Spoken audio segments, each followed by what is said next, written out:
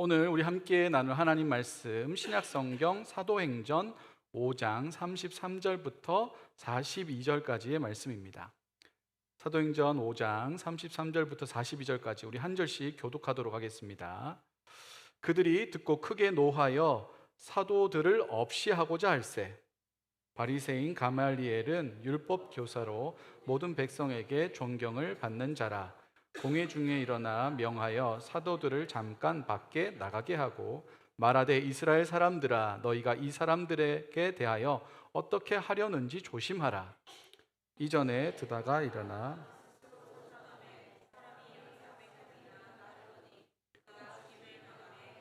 모든 사람들이 흩어져 없어졌고 그 후 호적할 때에 갈릴리의 유다가 일어나 백성을 꿰어 따르게 하다가 그도 망한즉 따르던 모든 사람들이 흩어졌느니라. 이제 내가 너희에게 말하노니 이 사람들을 상관하지 말고 버려두라.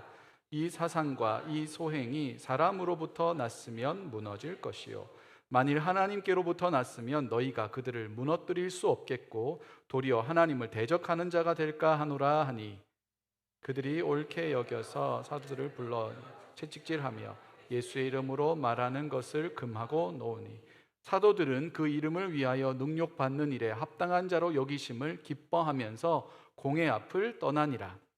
그들이 날마다 성전에 있든지 집에 있든지 예수는 그리스도라고 가르치기와 전도하기를 그치지 아니하니라. 아멘. 우리 자리에 앉으시겠습니다.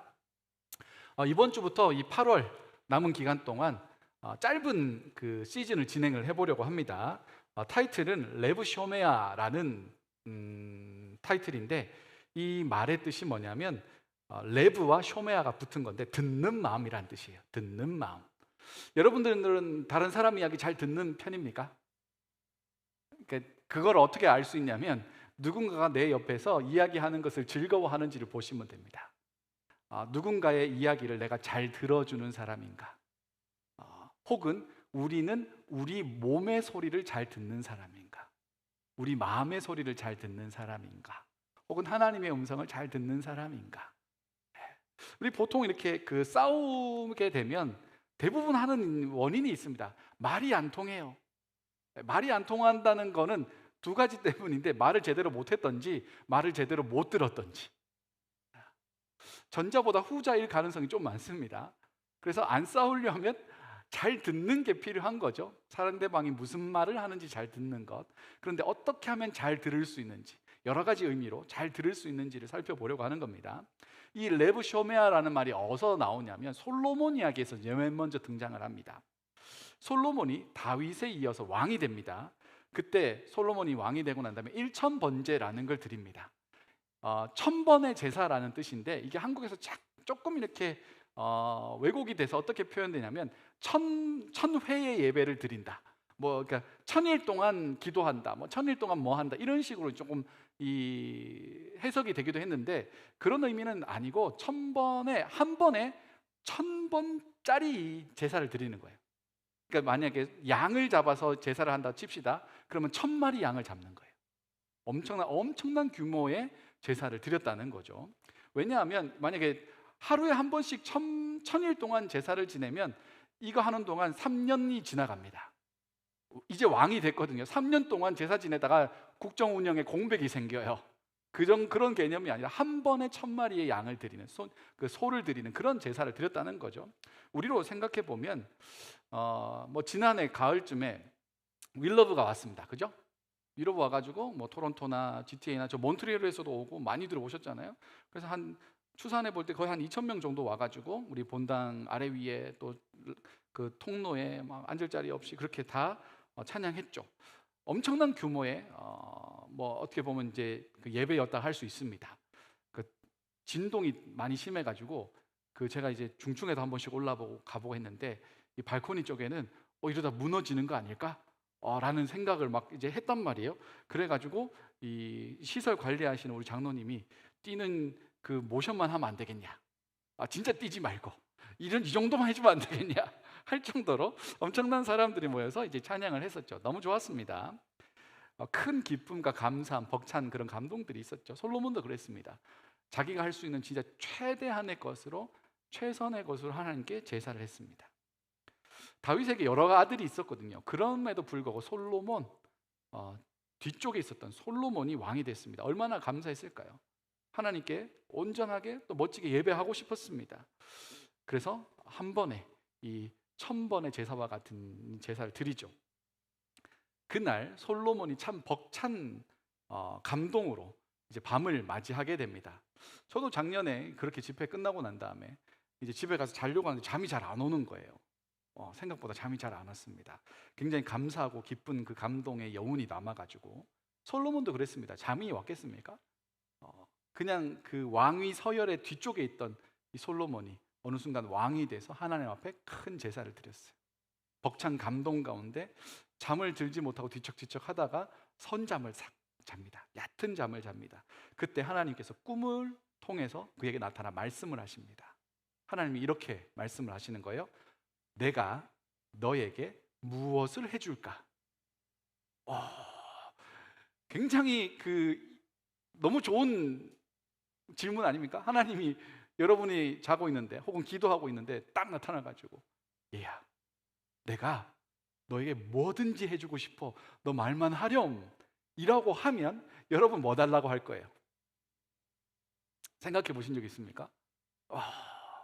우리 현빈이는 하나님이 꿈에 나타나가지고 기도하는데 나타나셔가지고 내가 너한테 그냥 다 해주고 싶어. 너 뭐 원하니? 라고 물어본다면 뭐 달라고 할 거예요?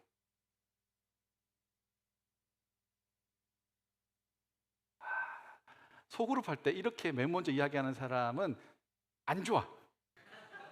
진이 다 먼저 다 해버리. 누가 이제 이상한 대답을 할 수 있을까 생각해 보자. 오랜만에 우리 재용 씨 오셨는데, 재용님 재용이 꿈에 나타나서 하나님이 너 뭐 해줄까? 그러면 뭐 달라고 할 거예요? 평화로운 삶. 네, 다들 착해가지고 생각만 해도 사실 즐거운 거죠. 하나님이 뭐 해줄까? 난 다 해주고 싶어. 너 뭐 해줄까? 그럼 정말로 필요한 것들을 이야기하게 되겠죠. 저도 설교를 준비하다가 생각했습니다. 하나님이 뿅 나타나가지고 기도하고 있는데 강산 목사님, 강산 목사야, 내가 너에게 뭘 해주고 싶은데 뭘 원하니? 라고 한다면 저는 4글자로 대답할 겁니다. 기프티드. 작년에 위로배웠으니까 올해는 기프티드 좀 어떻게 그래가지고 여러분 기도를 많이 해주시기 바랍니다. 네, 구체화되고 있으니까 진짜 구체적으로 근데 이게 돼야 되는 거니까 여러분의 기도가 많이 필요합니다. 내년에 우리 기프티드와 함께 찬양할 수 있도록 그래서 진짜 하나님 나타나서 뭘 해줄까? 라고 물어본다면 아마도 준비된 대답이 없는 사람은 좀 당황스러울 거예요. 잠깐만 기다려보세요. 조금만 생각해 보고요. 근데 솔로몬은 그 자리에서 바로 대답합니다. 뭐라고 대답하냐면 저는 어린데 왕이 되어버렸습니다. 그래서 왕으로서의 역할을 잘하고 싶은데 그 중에서도 제일 어렵다고 생각하는 게 무엇이 옳고 그른지를 판단하는 지혜가 나에게는 필요합니다. 나는 오래 살아본 것도 아니고 많은 경험을 해본 것도 아니고 많은 지식을 쌓은 것도 아닙니다. 그래서 하나님 앞에서 무엇이 옳고 그른지에 대한 지혜를 갖고 싶습니다라고 마치 준비한 사람처럼 대답을 딱 합니다. 우리 열왕기상 3장 9절 말씀 같이 한번 읽어보도록 하죠. 시작. 누가 주의 이 많은 백성을 재판할 수 있사오리까? 듣는 마음을 종에게 주사 주의 백성을 재판하여 선악을 분별하게 하옵소서. 우리는 보통 지혜를 달라고 했다고 이야기하잖아요. 주일학교 때도 그렇게 많이 듣거든요. 그런데 실제로 솔로몬이 달라고 했던 건 뭐냐면 듣는 마음을 달라고 했어요. 진짜 이게 지혜로운 말이에요. 선악을 분별하기 위해서 가장 중요한 건 뭐냐면 듣는 마음이었던 거예요. 왜냐하면 재판을 받을 때는 모두가 자신이 죄가 없다고 이야기합니다. 모두가 자기가 옳다고 이야기합니다. 서로 옳고 그름이 싸우는 게 아니고 옳은 것과 옳은 것끼리 싸우고 있는 거예요. 그 안에서 진짜 옳은 게 뭔지를 구별하기 위해선 정말 잘 듣는 게 필요하다는 거죠. 여기서 나오는 게 레브쇼메야. 나에게 듣는 마음을 주십시오. 그래서 잘 분별할 수 있게 도와주십시오. 하나님이 솔로몬의 이 대답이 너무나 마음에 들었어요. 그래서 어떻게 하세요? 네가 구하지 않은 것도 내가 줄게. 보통은 다른 사람들은 오래 사는 것, 돈 많은 것, 잘 나가는 것, 뭐 좋은 사람 만나는 것, 이거 구할 텐데 너는 듣는 마음을 달라고 했구나. 너는 준비가 됐구나. 그래서 다른 사람들이 구하는 모든 것도 다 줄게. 돈도 주고 오래 사는 것도 주고 부귀와 명화도 내가 다 주겠다라고 하나님이 복의 복을 막 쏟아 부어 주시죠. 이 듣는 마음, 무엇을 듣는지 참 중요하겠지만 하나님의 음성 듣는 것도 중요하고, 또 주변의 사람들의 이야기 듣는 것도 중요하고, 나의 내면의 소리를 듣는 것도 중요하고, 이 레브 쇼메아를 통해서 어떻게 무엇을 잘 들을 것인가에 대한 이야기를 해보려고 하는 겁니다. 이게 이제 전체 타이틀에 대한 내용이라면 오늘 본문 내용은 이렇습니다. 예수님이 십자가에 달려 죽으시고 부활하시고 승천하셨습니다. 그러니까 제자들 가운데 이제 예수님이 안 계신 상황이에요. 예수님께서 이야기하십니다. 성령이 너희에게 임하시면 너희가 권능을 받고 온 유대와 사마리아와 땅끝까지 이르러 내 증인이 될 것이다. 복음 전해라. 제자 삼고 세례 베풀어라. 그래서 그 말씀대로 순종하기 시작합니다. 그때 제자들을 통해서 놀라운 일들이 막 벌어지는데 사도행전 5장 12, 13절에 기록되어 있어요. 같이 읽어볼게요. 시작. 사도들의 손을 통하여 민간에 표적과 기사가 많이 일어나매 믿는 사람이 다 마음을 같이하여 솔로몬 행각에 모이고 그 나머지는 감히 그들과 상종하는 사람이 없으나 백성이 칭송하더라. 아멘. 이 표적과 기사라는 말이 어떤 뜻이냐면 어떤 증거를 목적으로, 그러니까 어떤 일이 확실하다는 것을 드러내기 위한 어떠한 그 기적 같은 것을 이야기하는 거예요. 단순하게 아픈 사람이 낫는 게 아니라 예수님께서 그를 낫게 하신다는 걸 드러내기 위해서 치유가 일어나는 것, 그런 건 표적과 기사라고 부른다는 거예요. 예수님이 하셨던 것처럼 제자들을 통해 그런 놀라운 일들이 막 일어나기 시작합니다. 그러니까 당연히 사람들이 많이 모이기 시작해요. 필요에 의해서. 병이 낫고 싶으니까. 예수님께 막 몰려들었던 사람들처럼 사도들에게도 사람들이 막 몰려들기 시작합니다. 그리고 그 사람들의 입으로 칭송을 받기 시작합니다. 근데 이 칭송하다는 게 막 높여주다는 거잖아요. 누구를 높이는 거냐면 제자들을 높이는 게 아니라 그들이 증거하고 있는 예수를 높이기 시작합니다. 엄청 좋은 일이죠. 이걸 때문에 이 사도들이 보냄을 받죠. 그런데 이 상황이 매우 짜증나는 사람들이 있습니다. 사람들이 예수님의 이름을 높여드리는 것, 예수님을 통해 하나님을 높여드리는 것이 짜증나는 사람들이 누구였냐면 예수를 죽인 사람들이에요. 예수를 십자가에 달려 죽게 만든 사람들이 이제는 자기들이 이겼다라고 생각했는데 그 불씨 같은 것이 남아가지고 계속 타오르니까 짜증이 나기 시작합니다. 그래서 어떻게 해요? 제자들을 잡아서 옥에 가둡니다. 근데 놀라운 일이 벌어지는데 천사가 나타나서 그 밤에 옥문을 열어버립니다. 그리고 그들을 보내요. 그러니까 종교 지도자들 입장에서는 하는 일들마다 다 안 되는 거예요. 옥에 가뒀는데 갑자기 천사가 나타나서 그들을 다 빼내요. 그럴 때마다 어떤 생각이 드냐면, 이야, 이거 진짜 잘못하면 우리가 큰 일을 저지른 거일 수도 있겠다 싶은 거예요. 그러니까 무슨 말이냐면 본인들은 확신에 차서 예수를 신성모독으로 죽였어요. 그런데 일어나는 상황들을 보니까 잘못하면 우리가 진짜 잘못한 사람이었을 수도 있겠다라는 생각이 드는 거죠. 그러니까 그런 불안감들이 그들에게 자리 잡기 시작합니다. 그래도 어떻게 할 수 없으니까, 이 상황을 가만히 둘 수 없으니까 옥에서 초자연적인 능력으로 이렇게 나온 사람들을 다시 붙잡습니다. 그래서 산헤드린 공의 앞에 딱 세우고 그렇게 그 사람들을 대상으로, 제자들을 대상으로 이렇게 말을 하죠. 사도행전 5장 28절 같이 읽겠습니다. 시작. 이르되 우리가 이 이름으로 사람을 가르치지 말라고 엄금하였으되 너희가 너희 가르침을 예루살렘에 가득하게 하니 이 사람의 피를 우리에게로 돌리고자 함이로다. 아멘. 본인들이 지금 어떠한 그 위협을 받고 있는지가 너무 잘 나오죠. 예수를 죽인 핏값을 우리 탓으로 돌리려고 너희들 자꾸 이러고 있는 거지, 우리가 지금 잘못했다는 거잖아 하면서 막 달려들기 시작하는 겁니다. 겁을 줍니다. 이 겁을 주면서 막 화를 낸다는 건 거기에 대해서 자기에게 불안과 그 위협이 느껴지고 있다는 의미이기도 하죠. 예수님이 진짜 십자가에 달려 죽어야 하는 인물이었다면 예수님의 이름으로 기적이 일어나면 안 됩니다. 종교 지도자들의 입장에서는 그런 거예요. 예수는 나쁜 사람이니까, 하나님을 모욕한 사람이니까, 하나님의 이름을 거룩하게 부르지 않는 사람이었으니까 그를 통해서 좋은 일들이 일어나면 안 돼요. 그런데 자꾸 그를 십자가에 달려 죽게 만들었음에도 불구하고 그의 제자들을 통해 예수의 이름으로 좋은 일들이 계속 일어나니까 불편한 감정들이 계속 쌓이는 겁니다. 두려운 감정들이 계속 쌓이는 거죠. 그때 제자들이 아주 멋진 대답을 합니다. 요거는 꼭꼭 씹어서 읽어보면 좋겠는데요, 우리 29절 말씀 같이 읽겠습니다. 시작. 베드로와 사도들이 대답하여 이르되 사람보다 하나님께 순종하는 것이 마땅하니라. 아멘. 그들이 싫어할 만한 이야기, 종교 지도자들을 향해서 뭐라고 이야기하냐면, 야, 내가 네 말 듣는 게 좋니? 하나님 말 듣는 게 좋니? 근데 당시 종교 지도자들은 어떤 생각을 가지고 있었어요?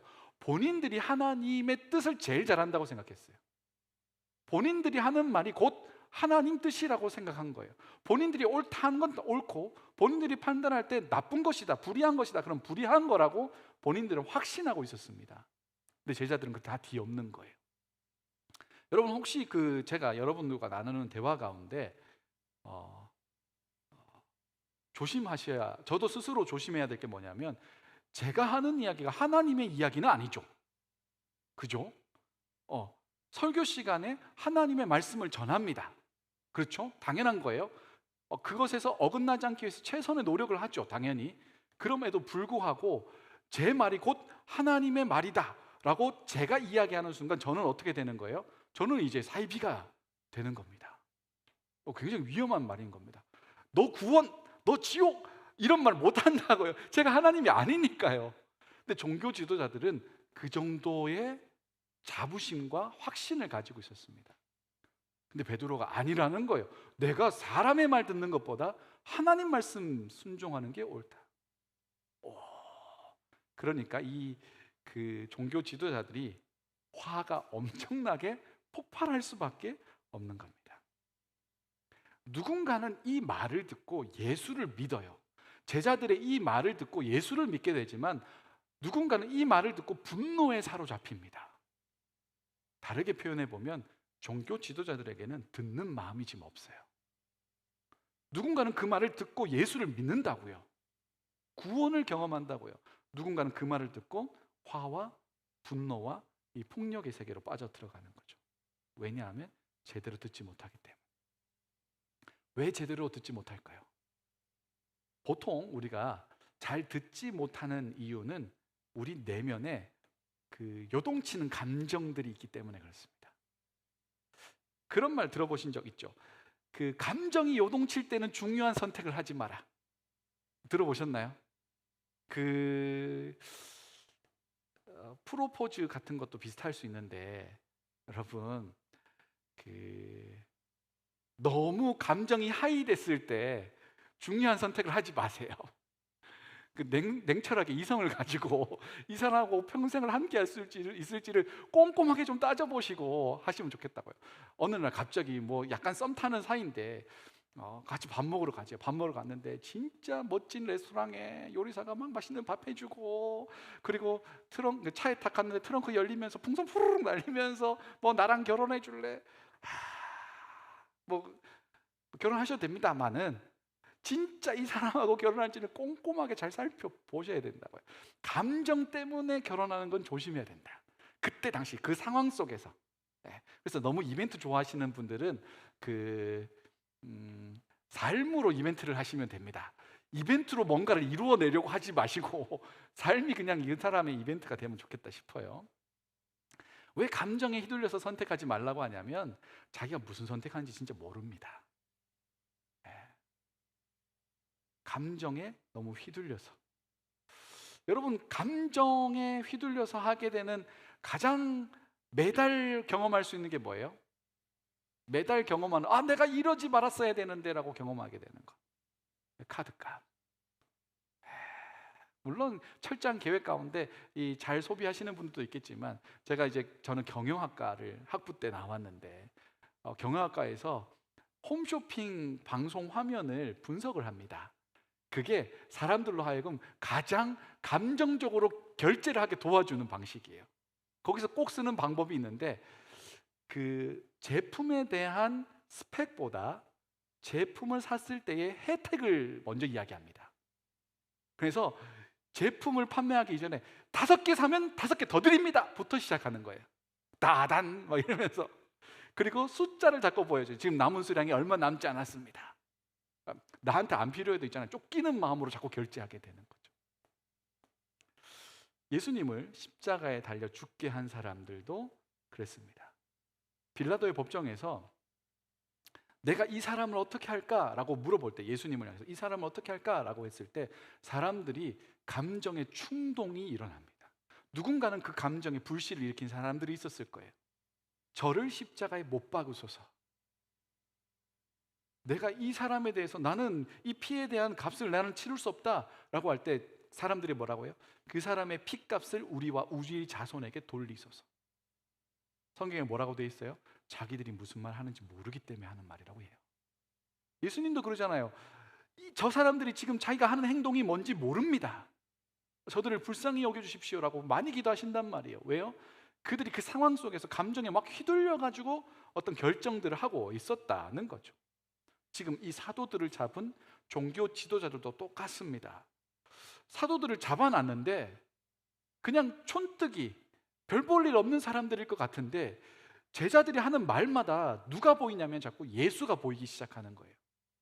제자들이 그냥 베드로 물고기 잡던 사람 아닙니까? 그냥 물고기 잡던 그 사람에게 입에서 나오는 말이 마치 권위 있었던 예수님하고 비슷한 거예요. 마음이 불안해지기 시작합니다. 그래서 어떻게 하냐면 죽이려고 합니다. 예수님을 죽였던 거죠. 그때 한 사람이 일어나서 이 상황을 반전시킵니다. 우리 34절, 35절인데요. 같이 읽어보겠습니다. 시작. 바리새인 가말리엘은 율법 교사로 모든 백성에게 존경을 받는 자라. 공회 중에 일어나 명하여 사도들을 잠깐 밖에 나가게 하고 말하되 이스라엘 사람들아 너희가 이 사람들에게 대하여 어떻게 하려는지 조심하라. 가말리엘이라는 이름이 나오죠. 이거 혹시 들어보신 분? 이 사람 이름. 이 사람이 누구냐면 바울의 선생님입니다. 바울이 복음 전하기 전에 유대교에 열심이었을 때 그를 가르쳤던 사람이 누구예요? 가말리엘이에요. 그래서 이 바울이 자기를 소개할 때 나는 가말리엘의 문화로서, 제자로서, 그때 당시 가말리엘을 따지면 그 대학원 지도 교수님쯤 되는 겁니다. 그 가말리엘은 상당히 존경을 받던 유대 랍비였을 거라고 봐요. 이 가말리엘이 이런 이야기를 하는 겁니다. 첫 번째 행동을 하는데 사도들을 잠깐 밖으로 나가게 해요. 아주 지혜로운 선택입니다. 여러분, 불안과 분노 혹은 격양된 감정에 사로잡혀 있으면 제대로 못 듣는다고 했잖아요. 그때 취할 수 있는 가장 좋은 행동은 뭐냐면 그 상황에서 잠깐 거리를 두는 겁니다. 지금 제자들이 눈앞에 있으면 있잖아요, 사람들이 계속 불안해하거나 분노에 사로잡힐 수밖에 없는 거예요. 이 가말리엘이 아주 지혜롭게 그들을 잠깐 나가 있으라고 거리를 두게 만듭니다. 그리고 말하죠. 이스라엘 사람들아. 호칭이라는 게 진짜 중요합니다. 우리 청년일부 공동체에도 대표님이 계십니다. 그렇죠? 보통은 제가 이제 그 우리 대표님을 뭐라고 부르냐면 이제 이름이 최지혜니까 지혜야, 지혜, 뭐 일본에 있을 땐 지혜상 막 이렇게 막 부릅니다. 좀 친한 그러니까. 근데 어느 날 제가 우리 지혜 자매에게 이렇게 최지혜 대표님 이렇게 만약에 부른다고 생각해 보세요. 그러면 이제 우리 대표께서 어떻게 생각하시겠어요? 오늘 지금 뭔 일이 있구나, 큰일 났구나, 뭐가 있구나 라는 생각을 할 수 있겠죠. 가말리엘이 이스라엘 사람들아라고 부르는 게 그런 의미입니다. 그들의 정체성을 한번 환기시켜주는 말이에요. 당신들은 이스라엘 사람들입니다. 하나님의 언약 백성입니다. 정신 똑똑히 차리고 지금 상황을 판단하셔야 됩니다 라는 환기를 확 시키는 그런 말인 겁니다. 조심해라 라고 이야기하죠. 너희가 지금 무슨 말, 무슨 행동을 하고 있는지 잘 분별하도록 조심해라. 이스라엘 사람들아와 조심해라라는 말을 붙여버리면 이렇게 되는 겁니다. 우리는 하나님의 언약 백성인데 지금 우리가 하고 있는 행동과 말이 하나님의 언약 백성다운지를 조심히 살펴봐야 된다라는 이야기를 하는 거죠. 이어서 몇 가지 이야기를 해줍니다. 드다라는 사람이 자기가 선지자, 내가 구원자다라고 막 일어났나 봐요. 근데 따르던 사람이 한 400명 정도나 되었다고 합니다. 그러니까 대강 지지해주는 사람이 아니라 드다가 가는 곳 어디든 같이 따라다니는 제자 무리가 400명 정도 됐다는 거예요. 그러면 생각보다 더 많은 무리들이 이 그룹을 이루었을 거라고 볼 수 있습니다. 그런데 이 드다가 사라지니까 그 모임이 다 없어져 버렸다. 유다라는 사람도 그렇게 일어났지만 그가 사라지고 나니까 다 없어져 버렸다. 우리가 굳이 이렇게까지 하지 않아도, 제자들을 죽이려고 하지 않아도, 만약에 이들이 진짜가 아니라면 그냥 하나님께서 없어지게 만들 것이다. 그런데 만약 이들이 진짜라면 우리는 진짜 큰일 나는 거니까 조심해야 된다 라고 이야기를 하는 거죠. 사람들이 그제서야 정신을 차리고 좀 이 상황에 대해서 차분하게 들여다보기 시작합니다. 때때로 우리의 삶에 원하지 않는 상황이나 감정들이 불쑥불쑥 찾아올 수 있습니다. 불편한 사람과 불편한 대화를 할 수 있죠. 내가 별로 좋아하지 않는 사람인데 하필 나누는 대화도 되게 껄끄러운 주제로 대화를 나눈다고 생각해 보세요. 여러분이 직장 갔는데 이 직장의 팀장님이 부르는 거예요. 그 팀장님 별로 안 좋아하는데 팀장님이 불러가지고 너 요즘 정신을 어디 두고 다니는 거니? 라고 이야기한다고 쳐봐요. 물론 그런 이제 회사 그런 말씀하실 분 잘 없을 수도 있겠지만 너 이래가지고 우리랑 같이 일 못해? 라고 이제 탁 던진다고 생각해 보세요. 여러분의 마음 가운데 지나 잘하지. 속으로 니나 잘하세요. 뭐 속에서 불이 막 확 올라왔어요. 그럴 때가 있잖아요. 그런데 제대로 그 사람을 어떻게 반격할 마음도 그런 실력도 잘 없으니까 막 속에서 부글부글 또 사람들 중에는 상대방의 연약한 그 지점을 너무 잘 알고 그걸 긁는 사람들이 있어요. 그거는 거의 그 좋은 쪽으로는 은사인데 나쁜 쪽으로 이야기하면 진짜 그 아주 그 교활한 아주 나쁜 지점이 있는 사람들도 있어요. 그러니까 상대방의 약점이 너무 잘 보여서 그걸 콕콕 찌르면서 아프게 만드는 사람들도 있단 말이에요. 그럴 때 우리 가운데 방어 기제라는 게 팍 튀어나올 수도 있죠. 예민하게 반응할 수도 없죠. 그때 우리는 그 감정에 휩쓸리면 너무 빨리 선택하고 너무 빨리 판단하고 너무 빨리 행동으로 옮겨버립니다. 그리고 나면 수습이 안 돼. 일은 다 벌어지고 만 거죠. 제가 대학생 때죠. 대학 휴학하고 있을 때 학교 그 푸드코트에서 돈가스를 팔고 있었지 않았겠습니까? 하루 길게는 12시간씩 돈가스를 튀기면서 하늘을 나는 소스 맛을 가졌다는 별명을 가진 그 돈가스를 막 튀기고 있을 때 옆집의 아저씨가 햄버거 파는 아저씨였어요. 근데 저희 매장에 같은 푸드코트니까 공간을 같이 쉐어하잖아요. 매장은 옆으로 붙어 있고 의자랑 의자 책상들은 테이블은 같이 쓴단 말이에요. 쭉 놓여 있겠죠.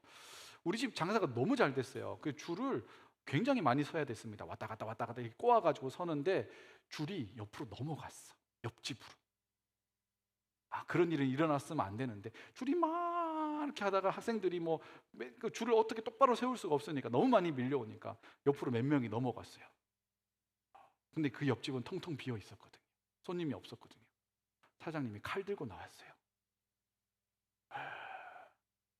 진짜 무서웠어요. 돈가스 튀기다가 너무 놀래가지고 왜 그래요? 옆집이 장사가 너무 잘 되는 게 화가 난 거예요. 분이 난 거예요. 근데 어떤 상황이 하나 딱 발생하니까 그 트리거가 돼서 팍 터진 거예요. 네. 경찰이 왔어요. 그래서 그분은 그 장사에서 빠졌어요. 결국에. 얼마나 후회가 됐을까? 그때 그런 선택하지 말고. 오히려 좀 좋은 관계를 더 어떻게든 만들어낼 수도 있었을 거예요. 사장님이랑 서로 잘 이야기 나누면서 우리가 소할 만큼만 팔고 다음에는 넘겨드리겠다고 하든지 그런 좋은 관계를 맺을 수도 있었잖아요. 다른 방법들을 만들 수 있었잖아요. 근데 그 한 번에 터지는 분노를 참지 못하니까 굉장히 어려워지는 상황들도 많이 발생하죠. 여러분 운전하실 때도 종종 있죠. 운전하실 때 여러분 결혼 대상자의 그 운전하는 성향을 꼭 잘 판단하시기 바랍니다. 예. 특별히 혼자 있을 때 운전 어떻게 하시는지 우리가 볼 수는 없지만 이 주변의 이야기를 잘 들어보셔야 돼요. 그 운전할 때 욕 많이 하시고 이렇게 화를 터뜨리시는 분들은 그 욕과 화가 나를 향해서도 올 수 있다는 걸 생각하셔야 돼요. 그러니까 주체할 수 없는 상황들이나 어떤 감정들을 폭발시킬 때 우리가 해야 될 건 뭐냐면 잠시 멈추는 훈련이 필요합니다. 잠시 멈추는 훈련. 듣는 마음을 위해서 제일 먼저 해야 될 건 잠시 멈추는 거예요. 그 영화 같은 거 이렇게 그 집에서 이렇게 보다가 넷플릭스나 이런 거 보다가 포즈 버튼을 누를 수 있잖아요. 그게 아주 좋은 기능이잖아요. 계속 진행이 될 겁니다만 잠시 멈출 수 있죠. 우리에게도 잘 듣기 위해서는 잠시 멈추는 리모컨이 좀 필요하다는 거예요. 어떤 상황이나 관계나 그런 것 가운데 감정이 팍 올라올 때 그 대상이나 문제에 대해서 좀 생각할 수 있도록 거리를 두는 거죠. 그리고 해야 될 게 뭐예요? 이스라엘 사람들아, 내가 누군지를 생각하는 겁니다.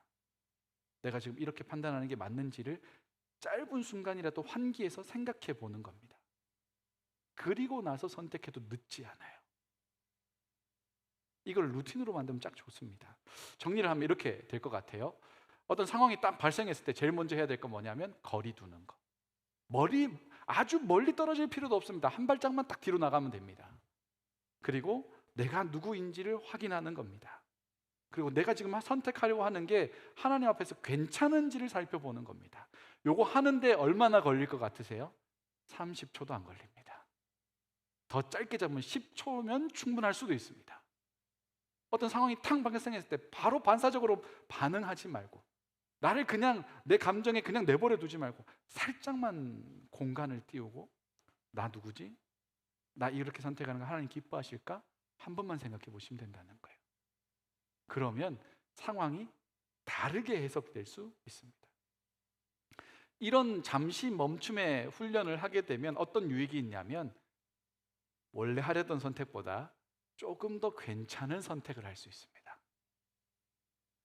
이거 누구에게나 다 적용되는 일반적인 장점입니다. 내가 원래 하려던 선택보다 조금 더 괜찮은 선택을 할 수 있어요. 그때 베드로가 사람들에게 했던 멋진 말이 있죠. 사람보다 하나님께 순종하는 것이 마땅하니라. 잠시 멈춰서 우리가 생각해 봐야 될 것, 내가 지금 하려는 선택이 하나님의 뜻에 맞을까를 생각해 보는 것.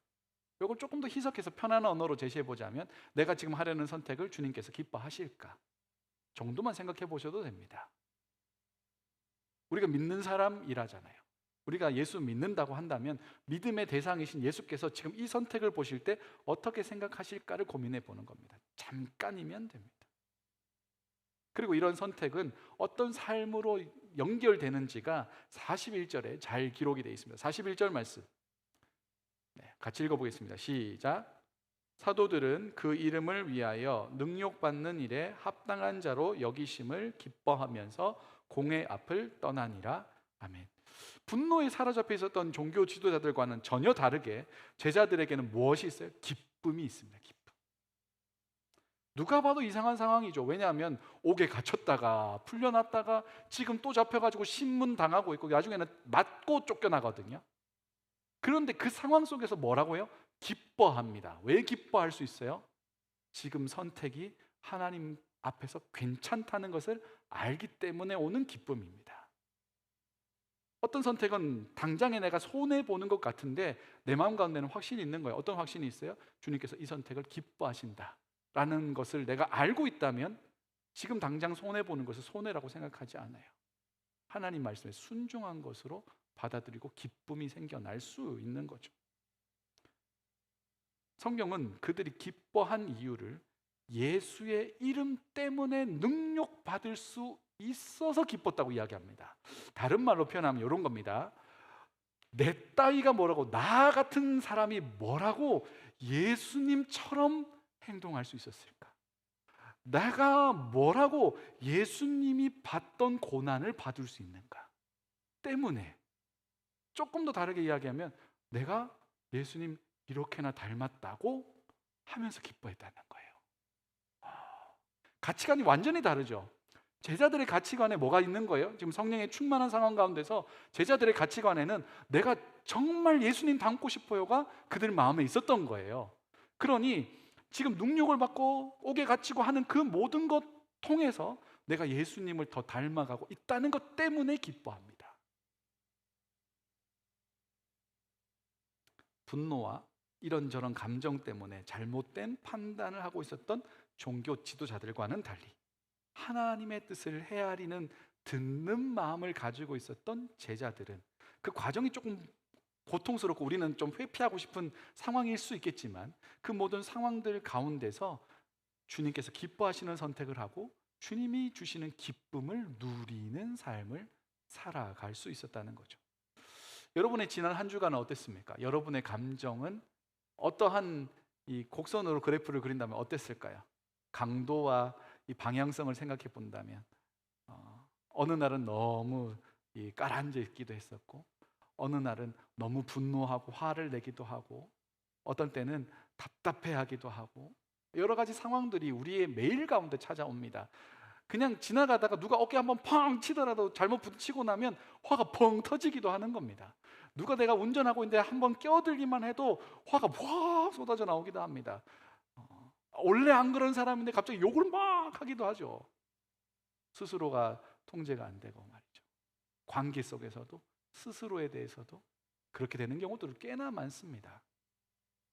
그게 여러분을 행복하게 해준다면 그렇게 하셔도 되겠지만, 믿는 사람들에게 그게 사실 행복이 되지 않습니다. 믿는 사람들에게 행복과 기쁨은 뭐예요? 예수님 닮아가는 겁니다. 내 안에 예수의 흔적이 있다는 걸 발견할 때입니다. 이번 한 주는 잠시 멈추는 훈련을 한번 해보세요. 기억하시죠? 어떤 상황이 탁 왔어요. 확 할 때 잠깐 떨어져서 내가 누군지를 기억하세요. 그리고 내가 지금 하려는 행동을 주님께서 기뻐하실지를 살펴보시면 됩니다. 마치 장전된 총에서 안전장치를 딸깍 채우는 것과 같은 거예요. 그게 우리를 꽤나 성숙한 그리스도인, 예수님 닮은 그리스도인으로 빚어가게 됩니다. 다음 주는 제가 담임 목사님 휴가 중이셔가지고 대예배 설교를 해야 돼요. 1, 2, 3부 설교를 해야 돼요. 그래서 그 설교를 하게 될 텐데, 여러분들은 한번 들었을 수도 있는 설교거든요. 그래서 설교를 2번 준비하려고 합니다. 그래서 다음 주는 무엇을 듣느냐면 몸의 소리를 듣는 이야기를 좀 해드리려고 합니다. 오늘은 듣기 위해서 잠시 멈추는 것, 다음 주는 몸의 소리를 들으면서 이번 여름 우리가 조금 더 진짜 괜찮은 선택들을 해나갈 수 있는 그리스도인으로 세워져 가면 좋겠습니다. 우리 함께 말씀을 생각하면서 기도하면 좋겠습니다. 제가 기도하겠습니다. 아버지 하나님 감사합니다. 듣는 마음을 우리에게 허락하여 주옵소서. 우리는 듣기보다 먼저 행동하기 바쁩니다. 그러나 그 행동들이 때로는 우리의 삶을 후회스럽게 만들 때도 많음을 고백합니다. 하나님, 이제 마주하는 한 주간을 말씀을 생각하며 듣는 마음, 잠시 멈추는 선택을 할 수 있도록 도와주시옵소서. 감사드리며 예수님 이름으로 기도합니다. 아멘. 어떤 찬양 같이 부르면 좋을까라고 생각했지만 아주 유치한 선택을 하기로 했습니다. 가사 있는 그대로 찬양을 해보면 좋겠다라는 생각을 해서요, 우리 주님 말씀하시면 우리 함께 찬양하면서 말씀을 다시 생각하고 기도하면 좋겠습니다. 주님 말씀하시면, 주님 말씀하시면 내가 나가리다. 주님 뜻이 아니면 내가 멈춰서리다. 나의 가고 서는 것 주님 뜻에 있으니 오 주 말씀하시면 주님 말씀하시면 내가 나아가리라. 주님 뜻이 아니면 내가 멈춰서리다. 나의 가고 서는 것 주님 뜻에 있으니 오 주님 나를 이끌소서. 뜻하신 그곳에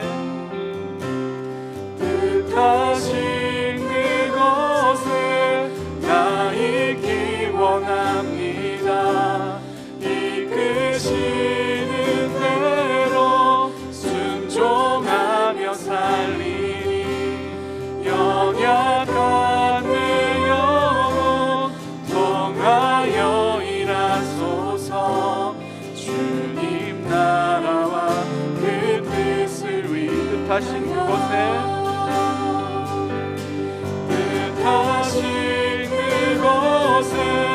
나 있기 원합니다.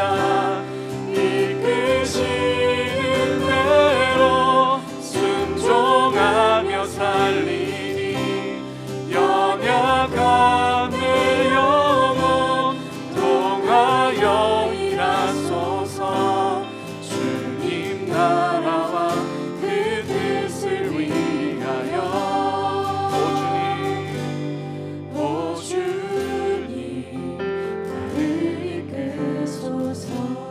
한번 찬양하겠습니다. 주님 말씀하시면 내가 나아가리라. 주님 뜻이 아니면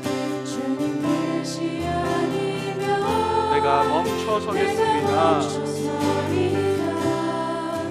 나의 가고 서는 것 주님 뜻에 있으니 오 주님 나를 뜻하신 그곳에